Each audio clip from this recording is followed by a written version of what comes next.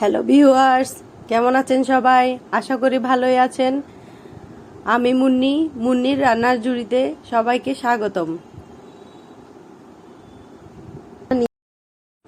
নমস্কার, আজকে আপনাদের জন্য নিয়ে আসলাম ডিম মশলা, যেটা খেতে হয় দুর্দান্ত। তাহলে চলুন রান্নার জন্য।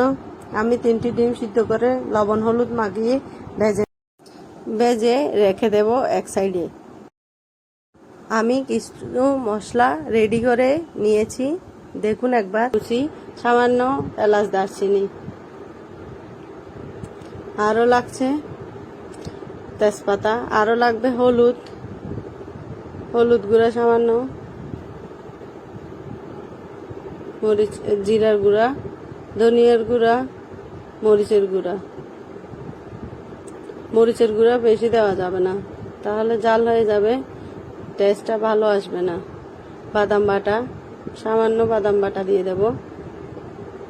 তারপর সরিষা বাটা, পেঁয়াজ দিয়ে দিলাম গরম তেলে।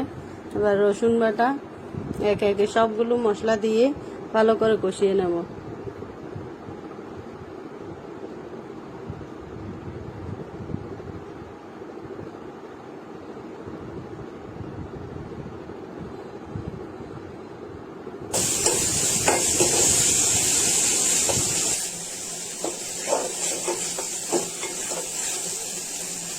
মশলা একটু কষে নিয়ে দিয়ে দেব বাদাম বাটা।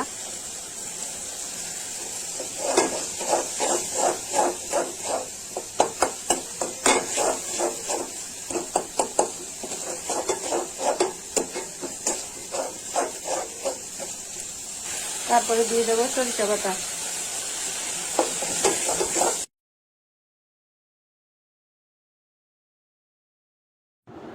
সরিষা বাটা দিয়ে একটু পানি দিয়ে দিয়েছি যেন পুড়ে না যায়। আর ভালো করে কষিয়ে নেব, নেড়ে ছেড়ে ভালো করে কষিয়ে নিয়ে দিয়ে দেবো এলাচি দারচিনি।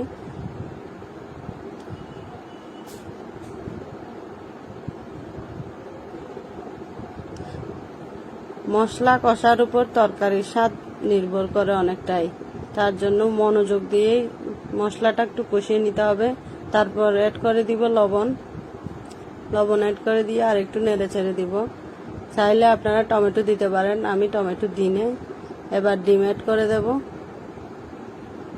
ডিমটা একটু নেড়ে ছেড়ে একটু কষিয়ে নিয়ে ভালো করে দিয়ে দেব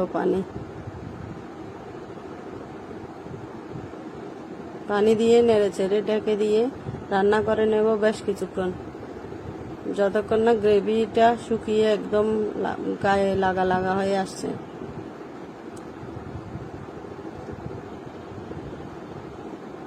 কালারটা দেখুন কত সুন্দর এসেছে। তারপর দিয়ে দেবো সামান্য চিনি, লবণ মরিচের ব্যালেন্স ঠিক রাখার জন্য একটু চিনি অ্যাড করে দিব।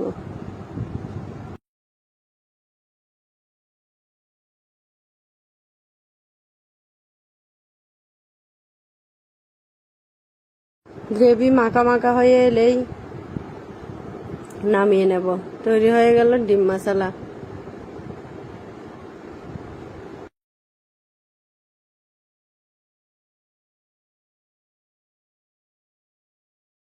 নতুন নতুন রান্না পেতে আমার চ্যানেলটি অবশ্যই সাবস্ক্রাইব করুন।